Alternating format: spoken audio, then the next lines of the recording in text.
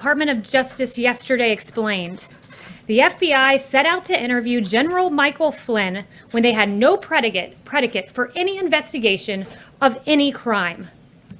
Over the past week, we learned from a handwritten note the true intent behind the FBI's investigation of Lieutenant General Michael Flynn. The very day that then FBI Director Jim Comey sent agents to the White House to interview Flynn, the FBI discussed what their intent was beforehand. This is what they said. What is our goal? Truth, admission, or to get him to lie so we can prosecute him or get him fired? These notes, in addition to other evidence, raise serious questions about the handling of the FBI's handling of Michael Flynn's case. Did the FBI confront Flynn with the intent to get him to lie so that we can prosecute him and fire him? Did the FBI manufacture a crime against Lieutenant General Michael Flynn? Federal investigators appeared to paint a target on the back of General Michael Flynn. Kimberly Strassel of the Wall Street Journal laid out point by point the very concerning aspects of this case, and I'm going to reiterate them as outlined in her column over the weekend. In December 2016, Flynn spoke as the incoming national security advisor to the Russian ambassador. This call, as is customary, was recorded by the United States government. They record calls with foreigners. But in a highly irregular move, the intelligence community under the Obama administration unmasked the identity of Michael Flynn, a United States citizen who is entitled to Fourth Amendment rights and to due process. But Lieutenant General Michael Flynn received none of that. The intelligence community was hunting for evidence against General Flynn, evidence they did not find. We learned from newly released transcripts that in stark contrast to what former DNI James Clapper had been saying publicly, and contrary to what he was saying publicly, here's what he was saying privately with regard to Russian collusion. I never saw any direct empirical evidence that the Trump campaign or someone in it was plotting or conspiring with the Russians to meddle with the election. Sounds awfully different from what he had just said 10 days prior in a public capacity. Having found no evidence of Russian collusion, the FBI came up with a new absurd theory that Flynn might have violated the Logan Act, a statute from 1799 that in its 200 years of existence had never been used to convict an American citizen, but it was resurrected in the case of Lieutenant General Michael Flynn. Michael Flynn didn't violate the Logan Act. Even the FBI did not think that General Flynn's telephone call provided the predicate for a criminal investigation. In fact, in January of 2017, an internal FBI document concluded that Flynn was, quote, no longer a valid, viable candidate for investigation. Disgraced FBI agent and noted Trump hater Peter Strzok disagreed, texting this, hey, if you haven't closed that Flynn case yet, don't do so yet, end quote. So the Flynn case remained active. This was a good thing for Peter Strzok, but it was a bad thing for justice. It was a bad thing for the rule of law. According to yesterday's motion to dismiss the case against Lieutenant General Michael Flynn, it said this, Mr. Strzok immediately relayed the, quote, serendipitously good news to Lisa Page, special counsel at the FBI, remarking, quote, our utter incompetence actually helps us. That's right, their utter incompetence to close the case against Lieutenant General Michael Flynn was something to be serendipitously celebrated. The scheme to manufacture a case against Michael Flynn continued. After President Trump entered office, the FBI's partisan pursuit of General Flynn proceeded under Jim Comey's FBI. Despite possessing a transcript of Flynn's entire conversation, the FBI decided it was somehow necessary to go ask General Flynn what happened on the call, despite having a transcript in their possession. The only motive would have been to, quote, get him to lie. They advised him he didn't need a lawyer present. Imagine that, you're an American citizen. You don't need a lawyer, we're just coming in to have a chat. They didn't inform their superiors at the Department of Justice about their intent to interview Flynn. despite their own attorney at the FBI saying, if we usually tell the White House, then I think we need to do what we normally do. But they ignored the advice of FBI counsel, and they went in to interrogate Michael Flynn. Acting Attorney General Sally Yates, no fan of President Trump, said she was flabbergasted. She was dumbfounded by the decision to not inform DOJ officials who, quote, hit the roof. This is all outlined in a legal document that you can find. Additionally, when the FBI arrived at the White House, they did not even warn lawyerless Flynn about the consequences for providing an inaccurate response. The interrogation of Michael Flynn was not an inquiry. Make no mistake, it was a trap. Even more troubling was the fact that after the interrogation of Flynn, former Deputy Director of the FBI, Andy McCabe, concluded that he, quote, didn't think Flynn was lying. But the case against Flynn continued. We were pleased to learn yesterday that the Justice Department moved to drop the case against General Michael Flynn. Though it took several years, it is encouraging to see that justice finally prevailed. As we move forward as a country, it's important to take these revelations very seriously in order for Americans to have faith in our justice system. If the top leadership of the FBI can target a 3-star general who served this country for 3 decades, make no mistake, they can target you. It's hard to believe that this happened in the United States of America. General Michael Flynn's life was forever changed. He had to sell his home. He faced financial ruin. His family was even threatened with prosecution. But despite all of that, here's what Michael Flynn put out yesterday in his first reaction to the motion to dismiss. If we can play the video, let's go ahead and play it.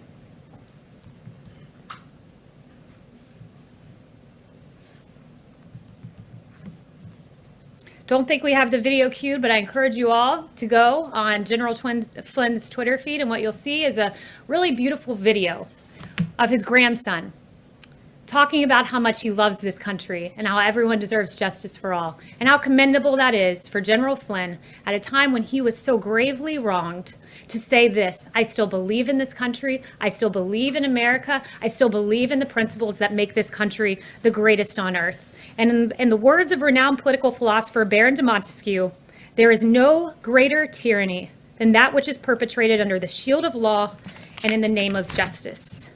I hope the media will take these questions very seriously, will report the facts. There was heavy interest in the first iteration of Flynn News from many years ago that got 4 times the coverage that the exoneration of Michael Flynn got today. That was a report by Media Research Center. So these facts are important, and thank you very much for those who have taken interest in reporting. And with that, I'll take questions. Thank you. Jim, you were so kind on the trip the other day to Honeywell, so you get the first one. Thank you, Kayleigh, and congratulations on becoming press secretary. Thank you. Wanted to ask you, putting aside the situation with Michael Flynn, today the unemployment rate hit the highest point since the Great Depression. What is the president's plan to get this country out of this ditch? Yeah, you know, this president is the jobs president. This president got us to a place where we had the lowest employment rate in the history of this country, historic lows for Black Americans, Hispanic Americans, the disabled, veterans. As the president has noted, and I think this is right, we had to put a stop to the economy. It was a pause. This wasn't some, economic catastrophe that organically happened. It was decided upon by the President of the United States to stop the United States economy because we had to save 2.2 million lives, perhaps more, somewhere in that range, because American lives, that's what mattered most. And so this president, when faced with this very tough decision to put a pause on the hottest economy in modern history, said American lives matter most. And that's what he did. And I can tell you this, the president that got us to the hottest economy in modern history, he's done it once, and he can do it again. What's the plan now? We're going to work with Congress. We're going to come up with hopefully a phase 4. We encourage the House to maybe reconvene soon. It'd be helpful if Nancy Pelosi was here. But thus far, what we've done is the PPP, of course, Paycheck Protection Program, that has really kept a lot of employees on the payroll. 60 million employees, roughly half of the workforce in the private sector in this country have been kept on payroll thanks to that measure. But going forward, principles like deregulation, principles like lowering taxes. The president has mentioned a payroll tax pause, which would be a great thing for the American people. There are a lot of proposals being entertained. I don't want to get ahead of the president, but I can tell you. Isn't there a problem, though? The president wants people to get back to work. He wants these governors to reopen their states. But if Americans aren't comfortable going to restaurants and movie theaters or the beach or whatever, how do you get this economy moving again? What's the plan? I can tell you there's a lot of pent-up demand in this country. There's a lot of people who do want to go out to restaurants, who do want to go out to movies, who do want to go back to their jobs.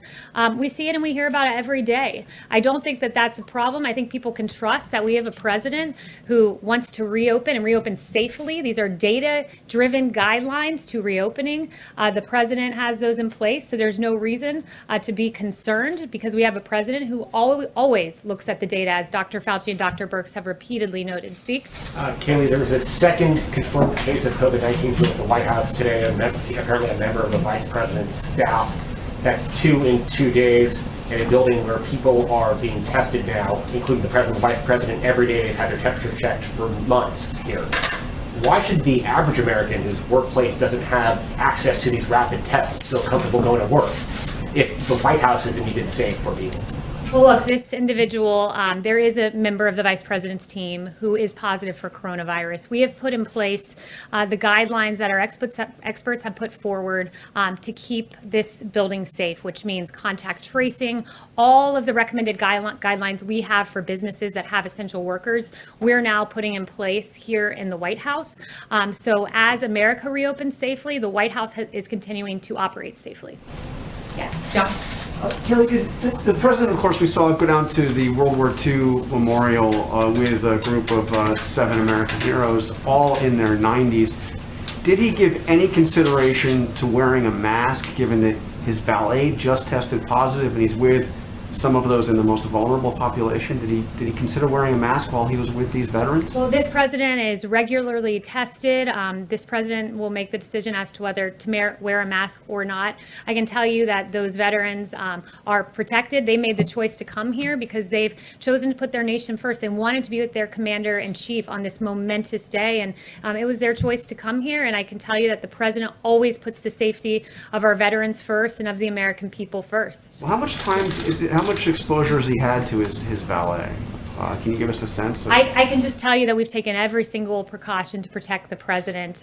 The same guidelines that our experts have put in place. We clean the facility, we social distance, we keep people 6 feet away from one another. So we've done every single thing that Dr. Birx and Dr. Fauci have asked us to do, and I can assure the American people that their commander-in-chief is protected. Yeah. Thanks, Kayleigh. I want to ask you about the Gilead drug, remdesivir.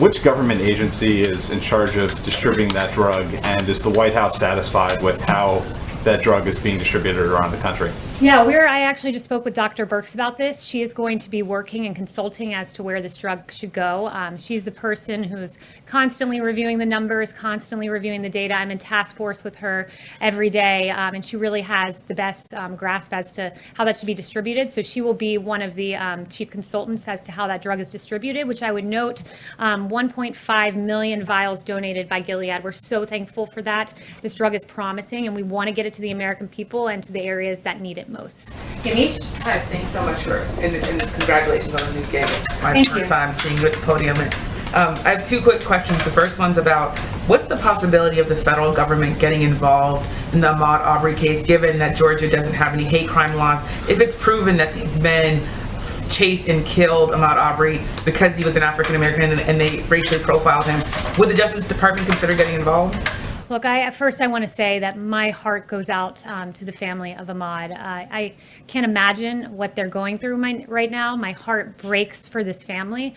I know the president's heart breaks. I've spoken to him about that. And I can tell you, we will follow the facts. Right now, as you know, it's in the court in Georgia. It's a state matter, but absolutely we will be following every detail. And I'd refer you to DOJ, but as the facts merit, I am certain that they'll be following those facts. And you had a second question? The second question I have is, in 2015, shortly after the president said that some Mexican immigrants were rapists and criminals, you said that language was racist and hateful. Do you still believe that today? Well, I'm actually glad you asked that, because for about first 4 weeks of the election, I was watching CNN and I was naively believing some of the headlines that I saw on CNN. And Reading headlines, that's fine. I just want to know if you also personally still believe that. I'm actually not going to read the headlines. So I very quickly came around and supported the president. In fact, CNN hired me. I was on many 8-on-1 panels where I proudly supported this president, who I believe is one of the best presidents, if not the best president this country will ever have. But I would encourage the individual who did that analysis of my past, rather than focusing on me, he really should be focused on some of the very guests CNN chose to have on their network. He should be focused on, I mean, over here, Jim Clapper, who said, 10 days before he privately told investigators there was no evidence of collusion, that Watergate pales in comparison to the Russia probe. I'd encourage them to look at Samantha Powers, who's privately saying, I'm not in possession of any evidence of collusion. Ambassador Rice, I don't recall intelligence or evidence of any collusion. Former Attorney General Loretta Lynch, I do not recall that being briefed to me. And for 3 years, 2 years, probably more than that, CNN ran with the collusion narrative. And if the American people are watching right now, you're probably very confused as to some of the quotes I read, because those individuals were saying much different things publicly than they were saying privately. And I'm very grateful that those transcripts were released yesterday. And perhaps the K-File should do an analysis of that. Yes, Emily? Are you walking back those comments today at all, or do you stand by those comments that you made? I support this president. There is no questioning that. I'm so honored to work for him. And Ebony, next question. Thank you. On the Michael Flynn case, Kaylee, documents released yesterday suggest members of the intelligence community tried to keep the case against Michael Flynn ongoing. I'm wondering if you think there should be an investigation and whether the administration is considering bringing charges against people like James Clapper and Peter Strzok. I'd refer you to the DOJ on that, but I would say there were some very, very questionable actions that happened in this case, and I took you through a number of them. And I do think the American people deserve answers, but I leave it to the Justice Department as to how to get those answers. Yes. Kaylee, has the president spoken to Michael Flynn since this news yesterday, and do you expect that he will visit the White House? Is that something that's being planned? I'm not aware of any conversations that have taken place, and not aware of any future plans that would regard Michael Flynn. Can I ask one more? Larry Kudlow said today that negotiations on the next stimulus are at a lull right now. Given where the numbers are in unemployment, from your perspective, from the White House perspective, why is it at a lull right now? Well, look, I think Nancy Pelosi should explore coming back and having the House come back and having those discussions. We know the Senate is here. I think it's important for us to move and look at a phase 4. The president thinks so too. So those negotiations will happen, but a big part of that is, we need the House. We need Nancy Pelosi to come back from California and get to Washington, D.C. and to work for the American people. Yeah. Thank you, and congratulations on your new role. Thank you very much. Yeah.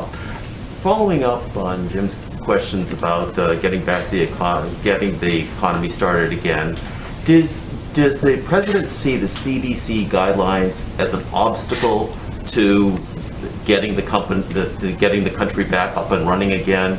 And if it does not see the CDC guidelines as an obstacle, why not release those guidelines to the public and also follow them as we move forward? So I assume you're talking about the guidelines that were widely reported about yesterday about daycares. Yes. So I would ask you, what's the definition of CDC guidelines? Is it something that the CDC director has actually seen? I would endeavor to say yes. Is it something that a rogue CDC employee leaks to you guys? No, those aren't CDC guidelines. Those are guidelines in draft form that a rogue employee has given you for whatever personal reason they've decided to do that. Those guidelines are in the editing process. We want the American people to get as much information as they can possibly have at this time. That's why we have the phased reopening guidelines, the data-driven guidelines. Those CDC guidelines are going through an editing process, and when we have those, you guys will be the first to know. Are we on time, Melissa? We are. I said we're out. Okay, what's our exact? 2 to 1. 2 minutes to 1. Oh, 2 minutes to 1. I'm sorry to cut this short, but as you know, you guys were supposed to be 3 minutes ago with the President of the United States. So I will leave you guys with that. I hope you have a wonderful weekend. Why did you spend the first part of this And briefing thanks so talking much, about everyone. Mike Flynn when both the president Justice and matters. vice Thanks for watching, and if you haven't already, please consider subscribing to our channel. And while you're at it, please leave us a comment. Thank you for watching.